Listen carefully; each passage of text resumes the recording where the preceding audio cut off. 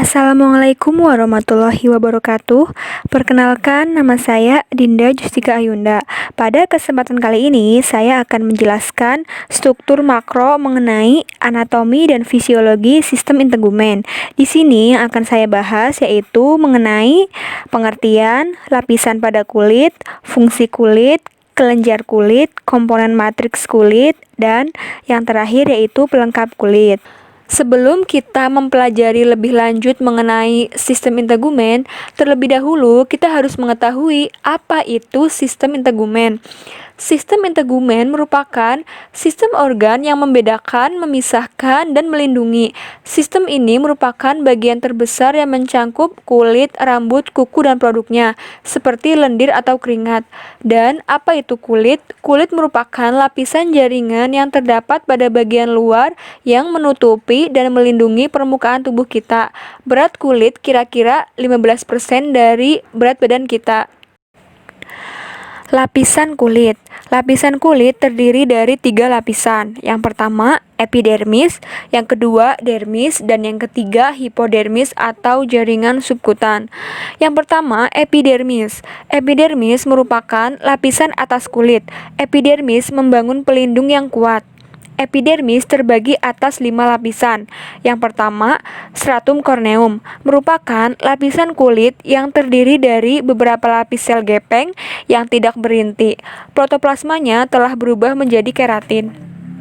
Yang kedua, stratum lucidum, merupakan lapisan sel gepeng tanpa inti dengan protoplasma berubah menjadi eliden atau protein, tampak jelas pada telapak tangan dan kaki.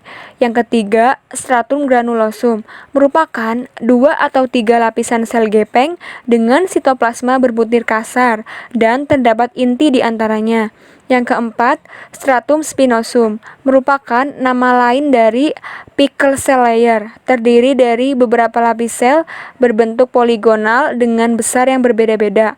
Dan yang kelima, stratum basal, merupakan sel berbentuk kubus tersusun vertikal pada perbatasan dermoepidermal, berbaris seperti pagar, mengadakan mitosis dari berbagai fungsi reproduksi dan terdiri dari yang pertama, sel berbentuk kolumnar dengan protoplasma basofilik inti lonjong dan besar, dihubungkan satu dengan yang lainnya dengan jembatan antar sel.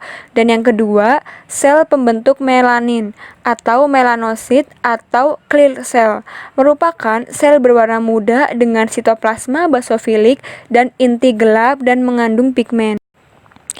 Yang kedua, dermis. Dermis merupakan lapisan bawah epidermis dan di atas jaringan subkutan.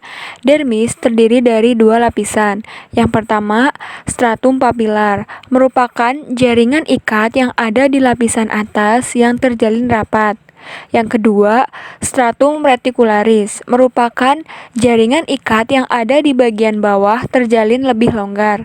Stratum reticularis mengandung pembuluh darah, saraf, rambut, kelenjar keringat, dan kelenjar sebaceus. Yang ketiga, hipodermis atau jaringan subkutan. Hipodermis merupakan lapisan paling bawah dermis. Fungsi dari jaringan ini adalah penyekat panas, bantalan terhadap trauma, dan tempat penumpukan energi. Jaringan ini mengandung saraf, pembuluh darah dan limfe, kandungan rambut, dan kelenjar keringat. Fungsi kulit. Yang pertama, pengeluaran atau ekresi, yaitu mengeluarkan keringat dikeluarkan melalui pori-pori dengan membawa garam dan zat kimia lainnya. Yang kedua, pelindung atau proteksi, yaitu menutupi jaringan tubuh dan melindungi tubuh dari pengaruh luar. Yang ketiga, termoregulasi atau pengatur panas.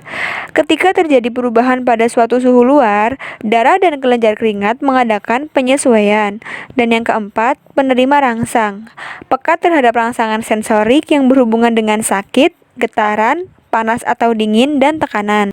Selanjutnya, kelenjar kulit. Kelenjar kulit terbagi menjadi 2. Yang pertama, kelenjar keringat. Yang kedua, kelenjar sebaceus. Kelenjar sebaceus yaitu berfungsi untuk mengeluarkan minyak atau sebum.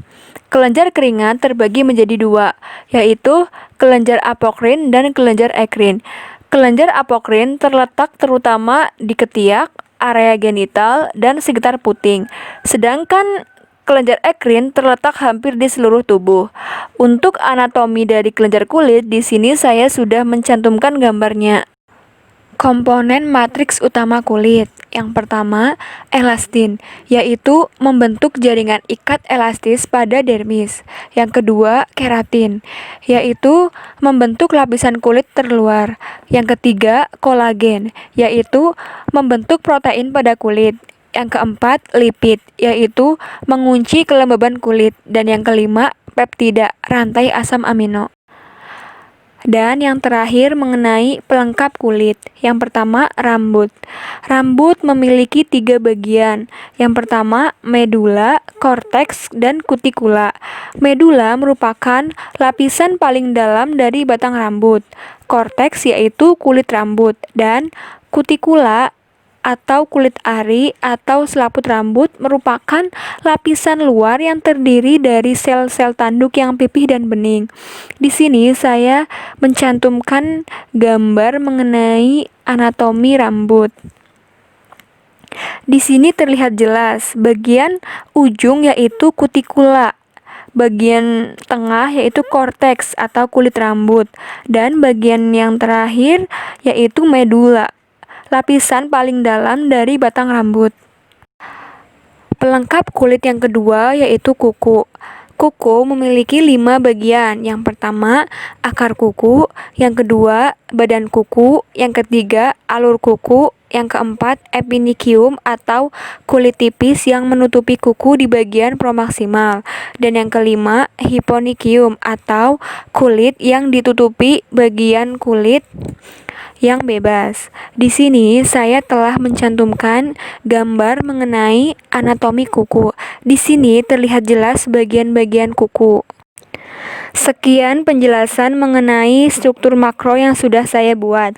Apabila masih banyak kekurangan, saya mohon maaf. Terima kasih atas perhatiannya. Wassalamualaikum warahmatullahi wabarakatuh.